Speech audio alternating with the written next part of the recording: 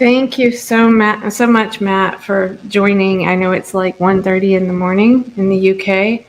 That's right. It's been a big couple of days, but it's great to be here. And appreciate all you're doing over there in the States, especially. It's so important. I really wanted, we're doing another Candidates for Assange panel tomorrow night, and I really wanted to be able to show someone, a firsthand account of someone that was in the courtroom. But first, before we get into that, why don't you tell about, you've been wearing the orange jumpsuit and the sign for how long? Yeah, so for a year and a half, and I committed a year and a half ago to wear this every single day until Julian is free. And so I'm keeping that. And wow, it's a great way to start conversations everywhere I go, which makes me happy because I'll be in the supermarket and someone will come up and ask, why the heck are you wearing that? And I get to tell them, well, and see the look of shock on their face when they find out why. And, there's a lack of awareness, which is incredibly frustrating, but that's kind of why I've done this. But it's just like, really, when you tell them that there's a journalist in jail for revealing state crimes, people are quite concerned, naturally. So it's one way to kick things off and spread some awareness. Yeah.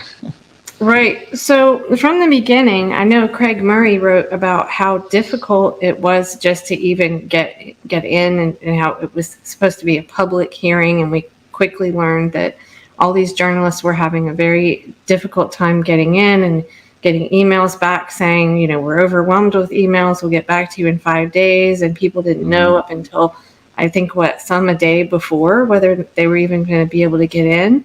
Correct, and that's par for the course. They've done this every time. It's alarming, and Stefania Maurizi was applying months in advance, and she wasn't approved until also the day before or something. And you imagine you're a serious journalist trying to tell your editor, I want to cover the Assange case. Can you book me a ticket?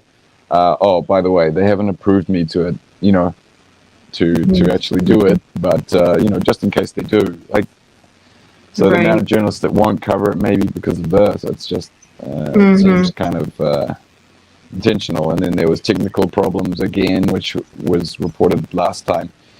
But this is the first time I had a chance to actually monitor it myself, which surprised me because I got the link a day before. I was going to London expecting just to do activism and connect with all the wonderful people there, which I did get to do, but I was a bit torn because suddenly I had opportunity to watch via video link, and which of course I had to do. So I got to do a bit of both. So it was amazing, wonderful couple of days connecting with the great activists, but I also got a little window in. But as you say, the sound link was terrible on the first day, which was the day where Assange's lawyers presented the substantive arguments. 2/3 through. I mean, I'm an audio person. I'm, an engineer and musician, so I was able to kind of not figure out that, well, it sounds like there isn't even a microphone on Julian's lawyers. And I made the point, and eventually they fixed that. So, but it was 2/3 through the day by that point, because I'd been doing running an action. And people have been I don't want to interrupt you, but speaking of audio, it's crackling a bit. I don't know if maybe... Right? I'm not sure. Maybe. Gosh, I wonder if it's... I don't know. I just want to be able to hear you clearly. Yeah. You can edit this out there. Could be the connection. I don't know. Oh, well, anyway, keep going. Shall I try a different... If I unplug... but then I'll have you come... I don't... Yeah, it just sounds crackly. Damn. Is this... I think it's probably something to do with that. Okay, maybe it was just the way it was. Is it fixed? Better? No, it's still just got like this crackling sound. It's okay. I can make out what you're saying. It's not that. It's just. I wonder, should I try? I'll try unplug. Okay. Let's see. Is this any better? Actually, I think it is. It's a little echoey, but yeah, that's okay. We'll continue. Okay, so yeah, I was watching on Twitter and I was All right. bouncing back and forth between like Stefania Marizzi and Consortium News, Kathy Vogan, and I think it's Free Press Assange. And I was just kind of jumping around, and Richard Medhurst, because it seemed like sometimes some of them were hearing things, and then, I was trying to sort of watch all of their accounts to pick up what was happening. So can you describe in the courtroom, and I will show your sketches as well when I edit this, but maybe you can explain like kind of who was where, because most people that are following this story closely know a lot of the names of those people that were in the courtroom. Maybe you could just describe kind of where everybody was. Cool. So on day one, I've got a sketch here. You've got Julian's lawyers in the front, and then behind them, sort of to the right, you've got Gareth Pierce, and then behind her in the row of the public gallery, you have Julian's family. So there's it's obviously an extremely rough sketch.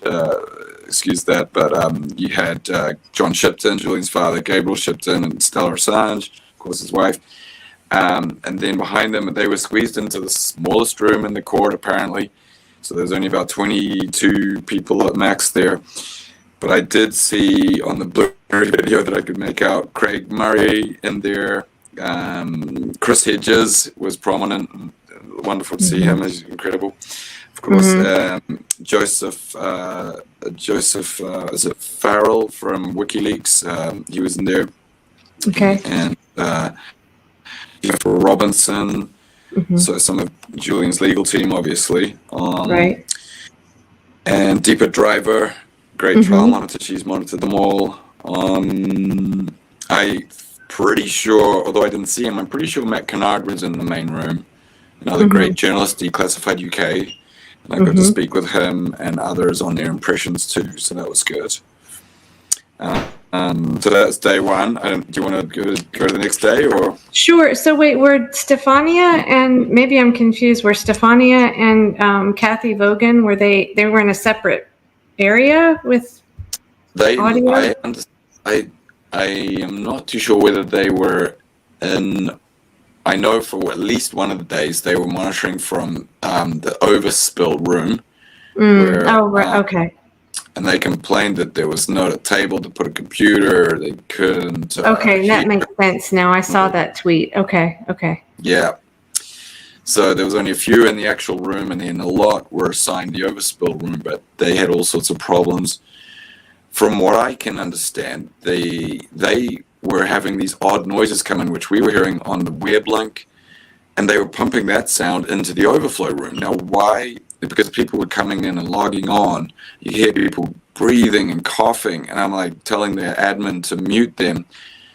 And this happened constantly, and it was very bizarre. But apparently that audio might have been being played into the overspill room, which makes no sense. Why they didn't just give them the direct audio feed? So, I mean, talk about amateur hour. It was unbelievable. But it's hard to say that, really, it just seems deliberate, I mean. Yeah. I saw one podcast that said that someone heard, I think it was Gordon Dimmick was speaking, that someone heard a toilet flushing. Maybe that was part of all that extra noise. And wouldn't be surprised. I heard all sorts of things. Wheezing, coughing. Someone talked about they heard kids. Just bizarre stuff. But it's just so absurd, because this is supposed to be a public hearing. But there should have been full, video and everything. And instead, while your sketches are great, I also thought to myself, this is kind of crazy that this is how this is, that we can't see what's going on in there except for what you drew and the little bit that people were able to tweet about. Yeah, it's unbelievable. I only started sketching on a whim, of course, because I had come in unexpectedly. And then really it was because I couldn't hear anything that I was like, well, what am I going to do to pass the time? I was like, well, I could do a little sketch. And I was like, I might as well sketch what it looks like. Fantastic idea. Fantastic idea to do that. Because I remember what it was like following through tweets, as you say, you were back when I was in New Zealand, so far away, and seeing the courtroom sketches that were done by professionals was just really amazing. It just brings it into reality, doesn't it? So, although mine are much more rough, I'm glad that it shone a little bit of light in there. Right. Yeah, no, thank you. I think every single one of you that fought so hard to get in there are all heroes in my book. I mean, I think everyone feels that way, because if they can operate in secrecy, I mean, they're this blatant with so many eyes on it, right? Imagine if people weren't fighting. But it's just shocking that they keep doing this, but it's been this way throughout the whole case, right? Like, just the things that have happened that would never happen, breaking the attorney-client privilege, all the things that's happened are not normal at all. Absolutely. Yeah. And we didn't hear any of these substantive arguments for a long time, because the narrow grounds of the US appeal was only to overturn the mental health grounds. And so for the last couple of years, that's all we've heard about. We haven't heard about all the major parts of this case, like the threat to freedom of speech, the right to know about state crimes. This is the first time that the assassination plot uncovered in the Yahoo News report was actually heard in the court. But wow, I mean, hearing the US try to explain certain things, and thankfully the judges did seem to make some good questions of them and push back, and the US counsel was reeling a couple of times, and when I noticed that one of your last tweets, I think, while you were in there, you said something that they were kind of hanging their heads or something. Can you describe that? Exactly. So that was wonderful to see. That was when the US had this morning, that was their right of reply, and then in the afternoon, Assange's team came back for their final summing up, and just came in and destroyed. Of course they did, the pathetic nonsense, no arguments of the US counsel, because they've got nothing on them, nothing at all. And so it's just awesome to hear them smash it. And you could see the body language of the US counsel, like visibly going, sinking, the shoulders sinking, and they look down, and you can see it. Crushing bastards. Isn't that Julian's Julian's quote, crushing bastards? Yeah. But I don't remember who I saw tweet this, but also that did the judge have to tell one of the attorneys to move the paper from in front of the microphone or something, that they were trying to cover it to make it more difficult to hear? Does that? Sure. I mean, that did happen. I don't know why. It might have just been an accident. As you say, it's only guessing, and but. At least they fixed the audio for the US, representatives quite quickly, unlike the Assange case the day before. Yeah. But Well, thank you so much. I know it's going on 2:00 in the morning, and it's been a long day. I really appreciate you taking the time to do this. And no, wow. Pleasure. I'm happy to. If you want to hear any more points about the. Oh, if you're up for it, keep going. Because I think rather than focusing on only the technical problems, I think it's good to do that. But maybe we've done it. But that's really.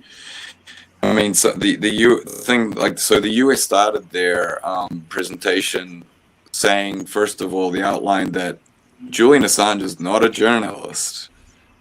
Like, wow, okay, and how do we define that? He's the most awarded journalist in the world. This recent exhibition in Strasbourg that Stella had, and they realized, well, actually, has he the most awarded journalist alive? Like, yes, he is. So interesting. And also, what surprised me, they alleged that Manning is not a whistleblower, and I was like, what? Did I just hear that? And then she said, because she uploaded documents to WikiLeaks. And I was like, what? Because she used the computer to do the leaking? That's not because she didn't use a photocopier like Daniel Ellsberg. Are you They're kidding? just lying. I mean, that's what I saw multiple times. It was just flat out lies. It was just shocking that it's just shocking. All of it is shocking that they have the gall to do these things. And you could see her body language going in. There's a little sketch of her, the body language going in. Her arms were folded, waiting for it to begin. She looked very tense. And as she presented things, her voice never carried with any weight of conviction. It was always trying to sort of cynically manipulate the illusion of what the scenario really is. And you could just tell she knows she's not fighting the right fight as a lawyer. So that the job I is would to have to fight find a cases. picture of her if I can, because something I did recently, I was just in DC and I went around to 3 of the attorneys' offices, 3 of the attorneys that were listed on the indictment. And I thought, I was cautious because I'm like, I didn't go in their offices or do anything wrong, but I just was with the video outside and I said, let's start. They have their names on the indictment. They must be proud of their work. Let's start calling these people out by name, right? And I just kind of wonder if when people can hide behind some entity that maybe, it's not personal. They don't feel personally responsible. They're just doing their jobs, right? But I'll have to find a picture of I didn't recognize that name of the attorney that was there. So I'll have to look her up. I forget the name now, but I'll look it up. I think it's Summers. I forget the first name. But Okay.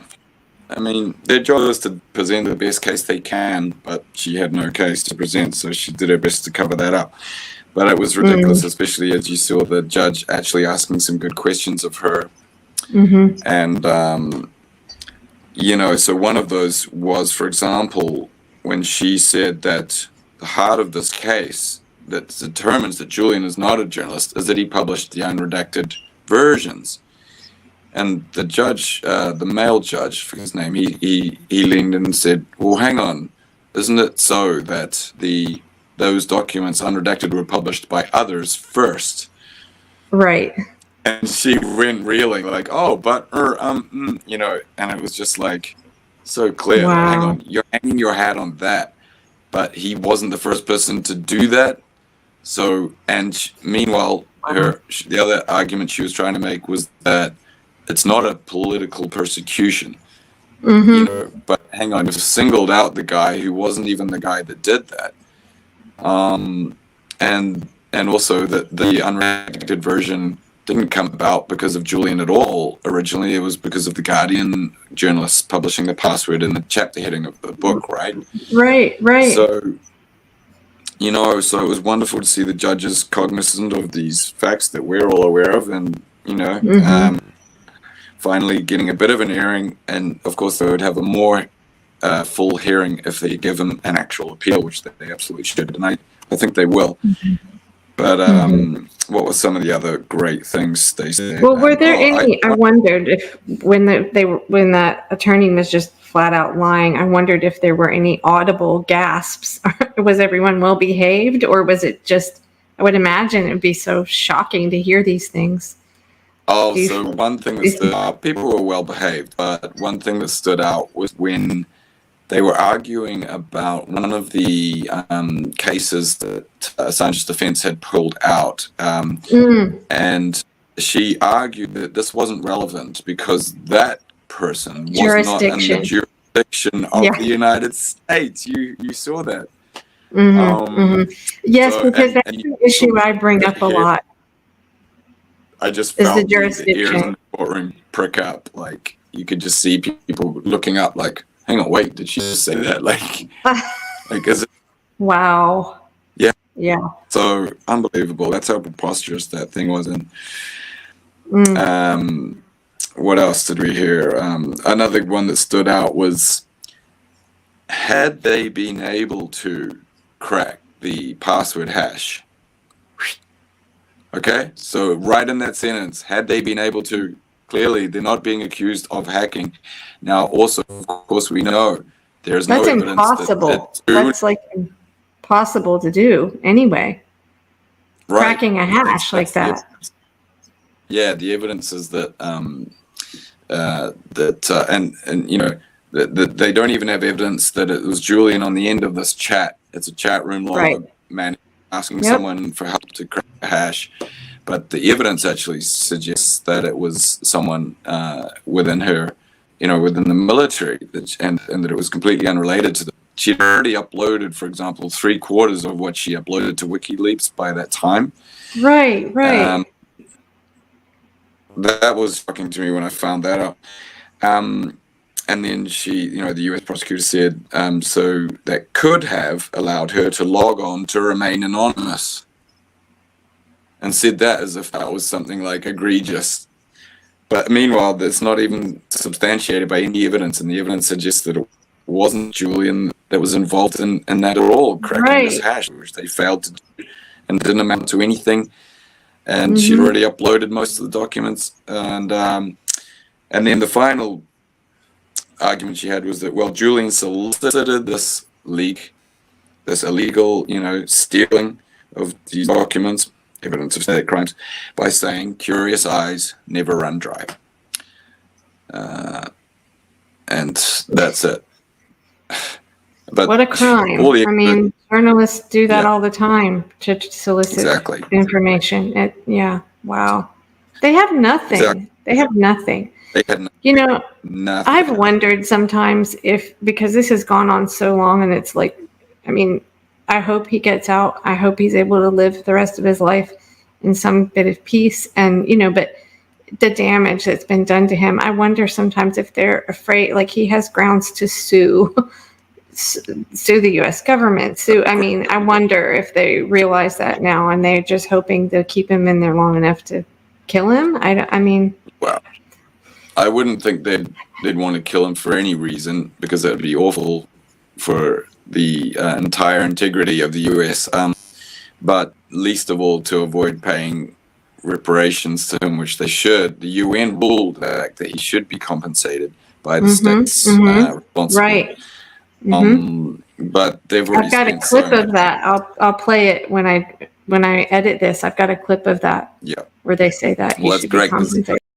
WikiLeaks founder Julian Assange has been arbitrarily detained by Sweden and the United Kingdom since his arrest in London on 7 December 2010 as a result of the legal action taken against him by both governments. The expert panel called on the Swedish and British authorities to end Mr. Assange's deprivation of liberty. I think the recommendation is quite clear. Respect his physical integrity and freedom of movement, and afford him the right to compensation. They keep talking, you know, the UN working group keeps reiterating that they think he's being arbitrarily detained and should be freed. And as I go around walking around wearing this, occasionally I'll go into a museum, it'll say, you can't wear that. And I go, why? They say, well, it's a political statement. I go, no, it's not. It's a legally mandated ruling by the United Nations. Free Assange. Like this is laws that the UK is signatory to.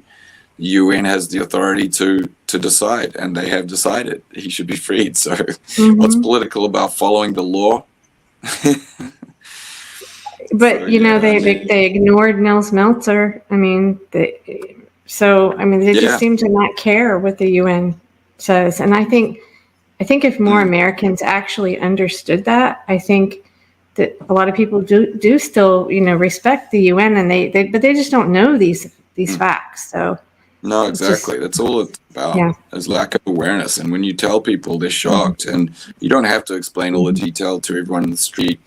Although it's great that people take a real interest in it, and it is fascinating. Every element of it is shocking. Every stone you pick up is corrupt. It just goes on and on. I mean, I've been studying for 4.5 years, and I still find things that I'm shocked by every now and again. Right, it's a lot.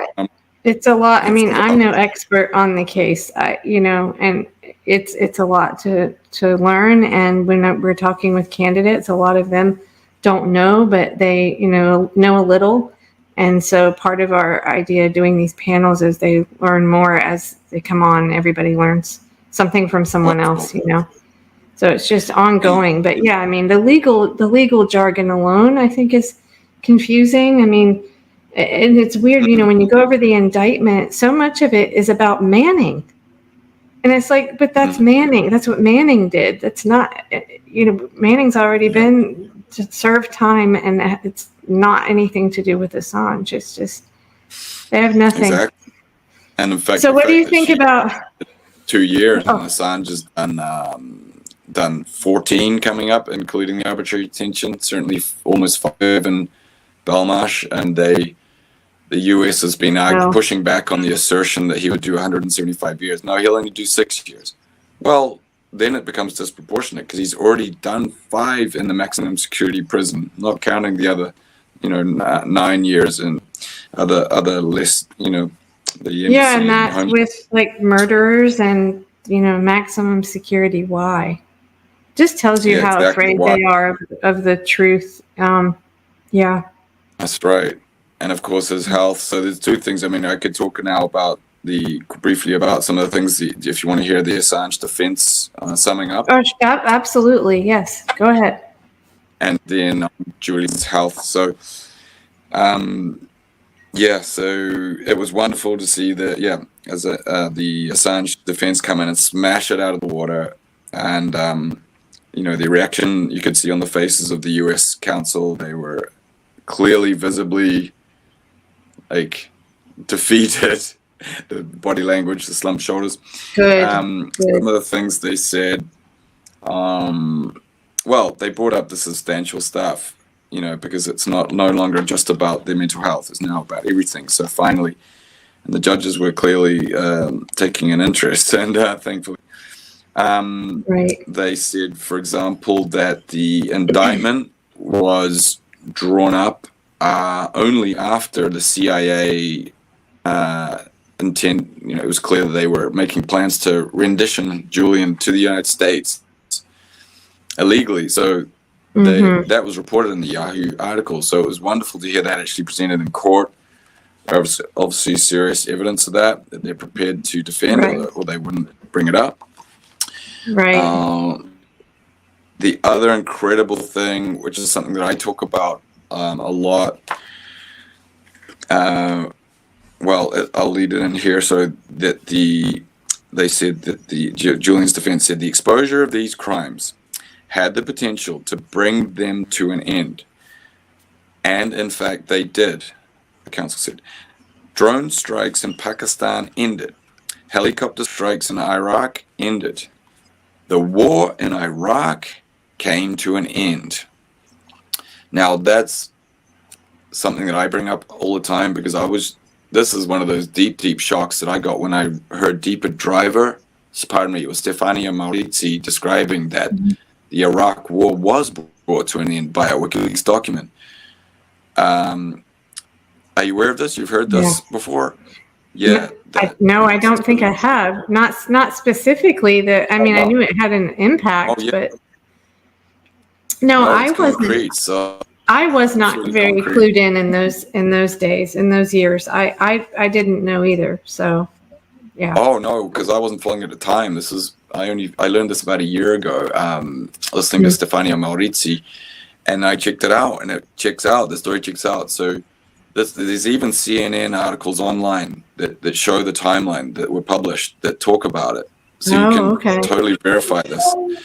So it was a field report. Sorry, it was a cable describing an incident that U.S. troops had gone into a house and handcuffed a family and then murdered them, shot 2 children under the age of 5 in the back of the head and a grandmother. Then, oh my God, no, I have not heard this. Yeah, called in a bombing raid to bomb it to cover up the crime scene. Now, the Iraqi government, which was of course one installed favorably for the United States, they actually pushed back on it and they said, listen, this is too much. We're going to have to start reporting these to the ICC. And literally 2 weeks later. Oh, you froze.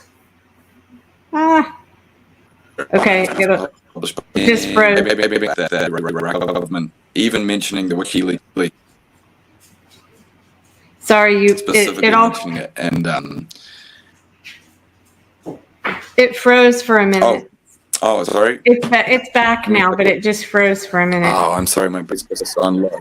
That's okay. It's all right. Just grab a battery. Sorry. No, I have Stefania's Gone down book to 1%, here. I have that's not why read it's the whole thing yet, but she's I think done maybe more than anyone for, I mean, all the FOIA requests and everything, right? I mean, it's everyone's had their part, of course, including wearing an orange jumpsuit. Okay, can you hear me? Oh, yay. I can hear you. Who knows? I've never had that happen before. Probably is the CIA. That's why I don't believe this whole thing with the audio not It was a working. bit They fun- couldn't figure better. out the tech. So, That's right. please continue. Could be, but I think, yeah, my battery was on 1%. Yeah, it's also That's- 9. And they even mention WikiLeaks' publication. And CNN quoting Iraqi government pointing to the WikiLeaks publication in terms of them expressing their concerns to Obama, and then literally 2 weeks later, Obama announces the withdrawal of troops. So, rather than face prosecution at the ICC. So that's how much the US doesn't want to face that. Yeah. So, and I tell people that all the time that, look, you care about what's going on in Gaza right now. Well, you better be concerned that Julian Assange is being tortured and prosecuted and jailed for publishing truthful information that ended the illegal invasion of Iraq. Mm-hmm. And it sets a legal precedent to make a crime to end wars with truthful journalism.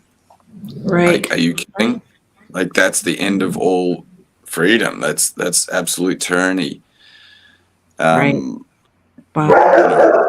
I'm sorry. Yeah, My dog. exactly. Screw that. If we're going to fight anything, it's got to be He doesn't that. like it either. Sorry. Yeah, damn straight. I mean, you look at in fact, think about it. I was almost, pits for Assange, but looking at the video footages out of Gaza and seeing cats and dogs, I never thought about the impact on them, but it's horrific. And for some reason, it's really, really hits me. But yeah, damn straight. Cats and dogs don't want Julian Assange to be jailed for revealing these horrific illegal invasions, because they get caught up in it and they become victims too. Right. There were dogs out there for Julian today at the, there's this dog Maya that's always on the vigils out in London, and so you love to see it. So get your pets out wearing some Free Assange stuff. Yeah. Wow. Well, I think I have heard some statistics from a candidate actually that said there's something like 50% of people that voted for Biden in 2020 are no longer supporting him because of Gaza. And I always feel like, a lot of Americans just really are in the dark and have been in the dark about the atrocities, that we are responsible for around the globe. And now that they know that, I mean, from all the young people on TikTok are seeing all this stuff, straight out of Gaza, and it's shocking. Mm-hmm. But, WikiLeaks exposed that before, and the documents where you can just show who's responsible.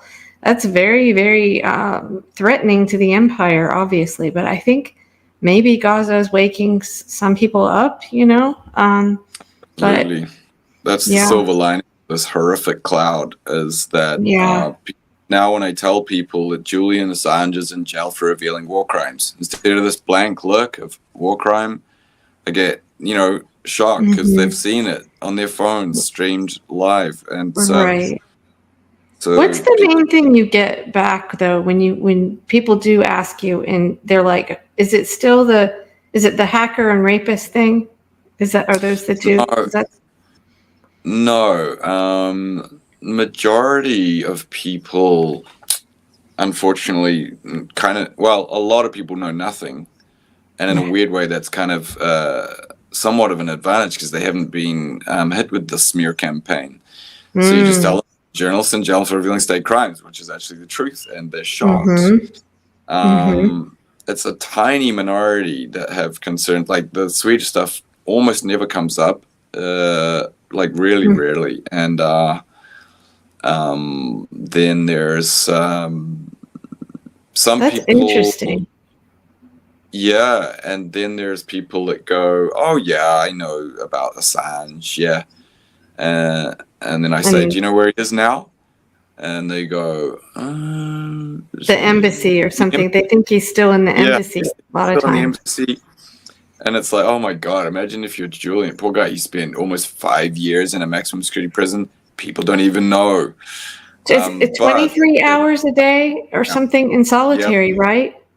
Isn't and he's suffering badly. And that brings us to like the final point. So although it was a day of, I think, a turning of a tide, and I spoke to Craig Murray, and he said that his whole, he came out for the first time feeling positive, and it certainly looked like the judges were starting to take this quite seriously to a degree. So they should. But so that's hopeful, and I think he's going to get an appeal. They'll take a couple of weeks to decide and actually look through the evidence, which they apparently hadn't before the trial.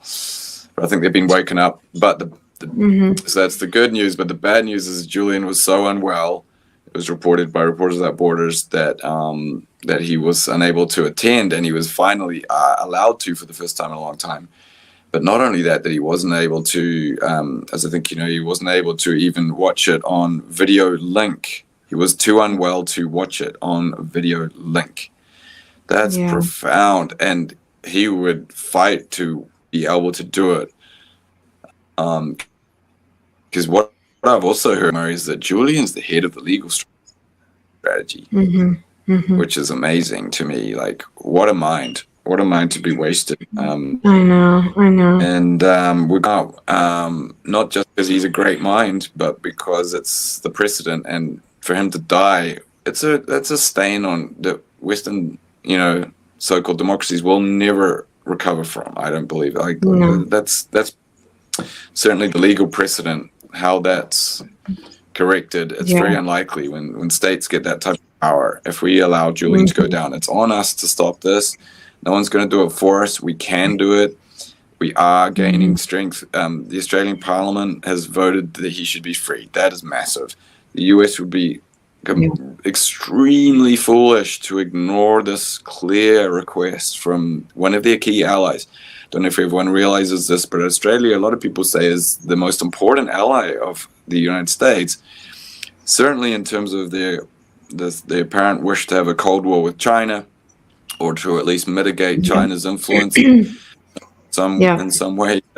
They've got 27 military bases or something like that. They're part of the spying operation, the Five Eyes, to give them intelligence and the public too. So 90% of the Australian public wants him free, according to Sydney Morning Herald polls, and 2/3 of the government just voted that he should straight up be freed by the US and UK. And no questions asked, no deals, nothing, just free him. And they can't ignore that. This is, I don't know if people realize, but that type of demand does happen. You demand that Russia frees journalists, but you don't demand that your allies do things in politics. You don't publicly demand stuff unless you're damn serious about it. So the US cannot risk losing an ally like Australia. They're going to have to listen. So is the UK. So that's why, that gives me a lot of hope. We hope so, but the arrogance, though, just today there was a clip, I think it was on, Joe, I forgot his name, Joe and Mika, whatever that show is on MSNBC. There was a clip of someone that came on and they were saying this idea that our government throws journalists in jail is just preposterous. And they're saying all this as this is happening, and they know, they know, right? So they're doing their best to continue to keep their viewers, the people that are still watching that garbage, in the dark, right? And if they can do that, then they have a grip on that block of people, that won't know. This is the corporate news is what told people not to, that it was illegal to watch, or illegal to read any of the WikiLeaks, any of the emails or something back. Yeah, I think it was Chris Cuomo, one of them. news people. That's right. It is, according Yeah. to the Espionage Act. It's illegal to read it. There was an art exhibition in Berlin called Noisy Leaks, and it was the U.S. State Department cables. They printed them all out in ring binders. You could pick one off the shelf and read them. And there was even better. There was also a little like a little flak box or something, like a military box. I don't know the right terminology. It had a button on top of it, and it said "Press me." Press the button, and a little receipt prints out, but it's actually one of the Afghan war logs and the Iraq war diaries. So it'll be like evidence of civilian killing, like 2 children drone striked, and then it says at the bottom, disclaimer: reading this is a punishable offense under the Espionage Act. And it was funny, I saw Julian's brother Gabriel walk into the gallery and push the button, and I was like, "Oh, mate, you're just like your brother." Like, so, you can't help yourself. Yeah. Wow. Are we? Well, I'm just so glad that you were there, and that other people were as well, that will report on this. And maybe this is the tipping point. I just hope he can hang. I hope he can hang on. I hope he can hang on. That's how I feel. I totally believe the tide has turned in all sorts of ways. I totally believe that it's really happened mostly because of grassroots activism and independent journalists. Yeah. And then it pushes up, and the pressure on the one at the top, they start to lose. They look very silly. Silly is a very kind way to put it. Yeah. By ignoring. And they are threatened by this. If they weren't threatened, people say, "Oh, it's all." If they weren't threatened, they wouldn't need to jail Julian Assange. They would and they wouldn't need to cut the audio and try to keep people from being in there, and they wouldn't need to do all this stuff that they do. Yeah, if they weren't threatened, and we outnumber them. Exactly, we outnumber them or something, and like a couple of thousand of the transnational security elite. Of course, they're afraid. Otherwise, they wouldn't need to censor anybody. So all we have to do is hold on to our right to have information about our world, about our governments that we pay to represent us. Right. And the information age, this is the good thing. We're not just fighting to avoid tyranny, although we are doing that. We're also fighting for a new era of transparency, which will bring a new era of justice and peace, and just a world that works better for everybody. Because as Julian, says all the time, he says a Rawlsian view of the world, where just having more people knowing more, the world will come to better decisions. Not that every decision will be great, but that's the sum of the parts that, by people knowing more. And that's what true democracy looks like. So there you go. It's our world, and it's up to us. It's up to all of us. And, take hope, take strength from what Australia has done. They've been campaigning, and they finally broke through into the mainstream. The politicians started from 1 or 2, then it became, now it's 2/3. It really just seemed to exponentially break through over the last 2 years or 1.5 years. It's in the mainstream media all the time there. So that's what's possible in all of these jurisdictions from, the US has got to be the key one, really.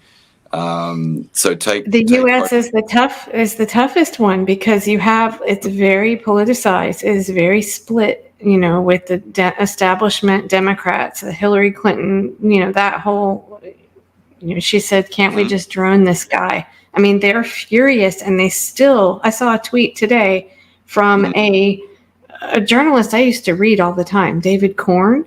We used to be considered a lefty, I guess. And he is still talking about that Assange worked with Russia to leak the emails. I mean, so that there's that whole, there's like a wall there, and it's very hard to reach those people. So I don't know. Right. All the evidence of the Mueller report exonerated WikiLeaks of any involvement with Russia. But this journalist, the forensic in this thread, though, actually, wait, I think it might have been a response to him. I don't want to misquote him.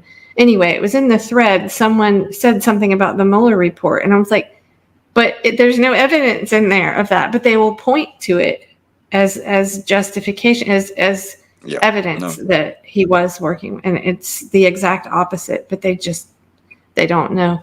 But we had, No, you that's know, it not was, right. gosh, The evidence that that it couldn't have been done via anything but a USB. Because right. the speed, they measured the Yep. speed of the transfer of files. Yep. Yep. Somehow that was Yep. measured, and it was way too fast to have been done over an internet. Right. Right. You know, So, did you read the that stacks up to forensicator? theory. Sorry, we have a little delay there. I'm sorry, I didn't mean to talk over you. We're just on a little bit of delay. There was a blog, Goose, I think it's the Forensicator, and he wrote about Guccifer 2.0. I've chatted with him a couple times just over Twitter, but you know, wrote extensively about all of that, about it, that it had to have been a leak, not a hack, but I mean. Right. People don't dig into that. And you're talking about really complicated IT things that the general public also doesn't understand. And they just, then they just trust whatever the intelligence agencies said. Well, I'm not one to do that. So I like the evidence. So, but yeah, you have people that just accept and Ray that. McGovern as well, who obviously was former CIA. Go ahead. Yeah, and he talked about that, the forensic evidence, and that also that Hillary Clinton's campaign was actually the one that first a Russian hack plot to totally distract from the fact that she had classified documents on a private and yeah. I mean, secured as what they're prosecuting for, you know, for having information that he didn't. Well, actually worse than that, because she's the one that would have stolen it. She's Chelsea Manning. Yeah, so there's a great interview. You know, Afshin Ratanzi, the journalist Afshin Ratanzi. There's a great interview of when he interviewed Julian in the embassy, and Julian explains this, and he's basically says it's very kindergarten. But he explains the projection. It's like you accuse the other person of what you're doing. And he just likens it to a kindergartner. Yeah. It's a great interview. 100%. Yeah. I'd love to hear that if you can send that to me, because because I think about that all the time, more and more. It's amazing. It is. I just think about that analogy that it's like a schoolyard, that people are hiding what they're doing. They're lying. They're accusing someone of doing something that they're doing. That rings true so much. Projection is such. Well, it's also highly narcissistic. You know, it's only something you know when you know you're doing. Right. Well, but yeah, and we all do it, but to a lesser degree. True. Yeah, sorry, it's a little delay, but I find I know. If I'm bothered by something in somebody, I've learned that means that it's something that I'm bothered about by myself, and I better look there. It's a really good little thing to know. But it's also useful to know when someone accuses you of something out of the blue that makes no sense. It's definitely a confession. Yeah, it's what they're doing. Right. Yeah. That's true. Always. Wow. Always. Yeah, you're right. I mean, just an example of this. They accused Julian of what? Hacking, although they have no evidence for it. But what did Julian reveal about the CIA with WikiLeaks? That they were hacking all our phones. Yep. TV. All our phones.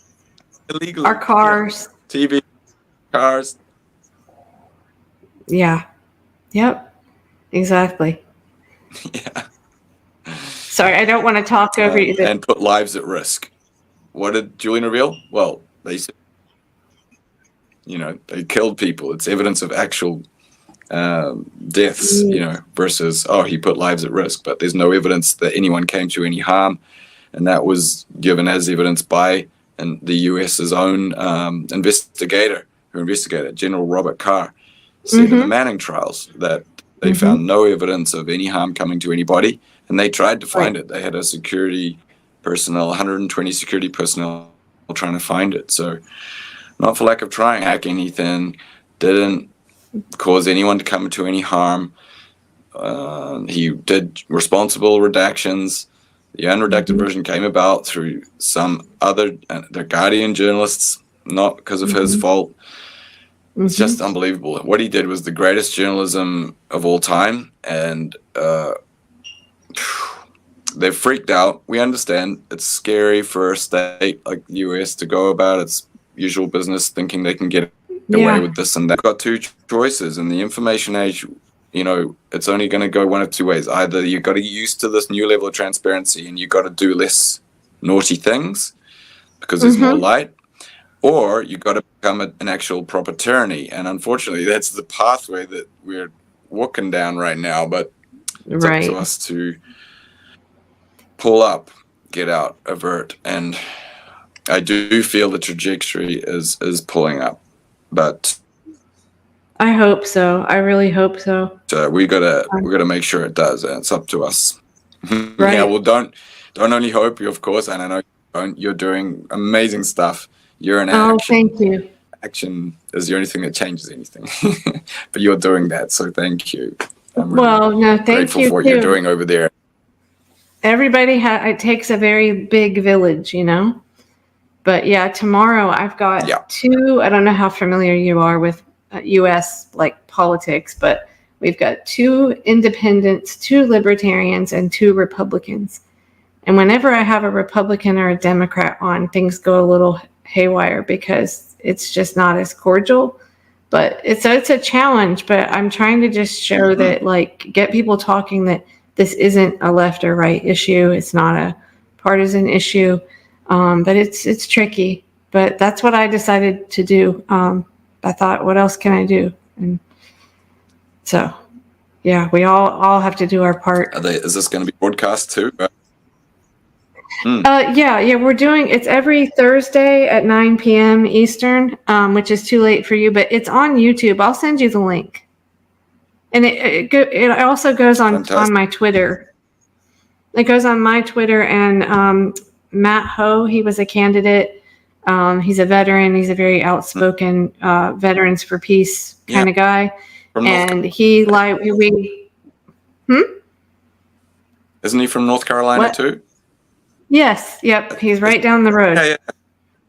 Oh, wonderful. Yep. Yeah, I followed him. I've seen messages.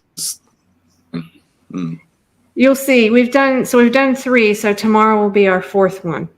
And we plan to keep going. Yes. Good for you. That's fantastic. You're doing amazing work, galvanizing people, especially politicians and journalists, and but also activists. You know, it's where the magic happens. And so, you know, you're fighting the good fight. This is the one. This is such a pivotal historical case.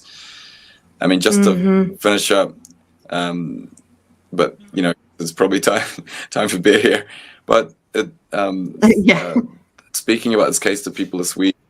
And I was like, so what's the precedent for this? Of a guy revealing the crimes of the empire, of the state? When's the last time? And being completely tortured and jailed for it. And the first person piped up with Galileo. And then the next, interesting, right? These are the names that are being thrown out first. But really, because people say to me, sometimes, this is one of the common responses I get sometimes, that it's, but this is what they do, isn't it? I'm like, hold on. No, is it? When was the last time you heard of a journalist straight up being prosecuted and jailed for revealing government crimes? And I'm not talking about, you know, political activists being pinned with other spurious charges, like a Black Panther activist being jailed for 40 years for a marijuana addiction. We know that's political persecution, but this is different because they're straight on the nose with this. They're literally saying to Julian Assange and to everyone, to any other journalist, it's a crime now to publish, to solicit information from a source and publish it. Yeah, because I mean that's even the only way. Of her role. Yeah, it's the only way that they can keep the empire going as is, and it's just going to be a big fight. As is, that's right. Yeah. So it's either evolve, change the times, become less corrupt, which would be wonderful, really. Get used to it, or become a proper tyranny. But I tell you, if that's your game, look at history. What happens to tyrannies? They don't last. People don't like No. tyrannies. And No. one way or another, they find a way to smash them. Now, I don't know what that looks like because we've got robot dogs with guns, we've got mass surveillance. It's going to be a heck of a fight, but AI drones. People from freedom, yeah, exactly. AI, it's scary as heck, but it's either to me, it's either going to get smashed or bring us all down with it. But it's not going to be good, and that's not national security. Like you got to look at history. If you're conservative in terms of national security, look at history. Tyrannies don't last. It might seem secure to you, but it isn't. The best way to security is to behave and to be cooperative and to actually help other nations to be well, like when everyone's needs are met. There's no need for conflict. I really believe in that. You know, Marshall Rosenberg, the nonviolent communication guy from the United States, he's fantastic. I mean, I grew up mostly in New Zealand, and but I was born in England, and so I am currently living in Bristol for the last few months. But I've traveled for the last year and a half through Europe and England, campaigning for Julian and doing little grassroots activism as well as stuff on social media. So please follow me. I've got some of the best interactions there. Oh, did you say TikTok? Sometimes to see. Yeah. Sorry, the delay. TikTok. Okay, I put candidates for Assange is up on TikTok. So I made small clips. I made small clips from the panel, so you can see like each candidate saying their bit, like a clip of. Oh, that's fantastic. Yeah, please do. Yeah. I'll reshare those. So now we wait. More waiting. Yeah, that's right. Who knows how long, but there'll be, with the Australian Parliament thing, there's so much pressure on them to find a way out of this. That's a really good question to me for us to answer. Well, two things. Let's get Julian out on bail at the very least, but also it's a political hot potato Biden doesn't want. His favorability is so low, as you mentioned. Right. It's like historically low. Like no one's won a presidency after having this threshold of unfavorability. Of course, you got RFK coming up, surprising everyone. And he's promised to pardon Julian on day one, as you know, and that's great. But Biden doesn't want this now. He's got enough dealing with the press for the public relations nightmare of funding a literal genocide. Right. Want another issue of, well, we're also jailing a journalist for revealing our last horrific illegal invasion of Iraq.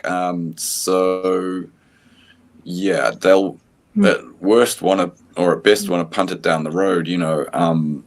So, but the best thing to do, because the arc of justice bends towards truth, it's clear exponentially people are finding out about this now. The longer they continue this, the more and more people are going to find out about it. If Julian dies, that will be terrible too. But really, the best thing they can do is to find a way to get out of this. The best thing they can do is to admit, in fact, that they've screwed up and to correct it. To free Julian, compensate him, and reform the.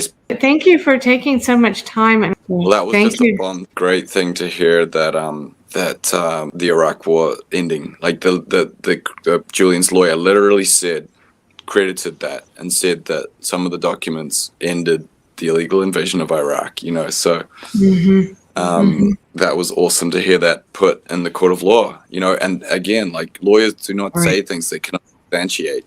And even actually, I have to beg to differ on that one because they did on the other side. Sure, I mean, they will.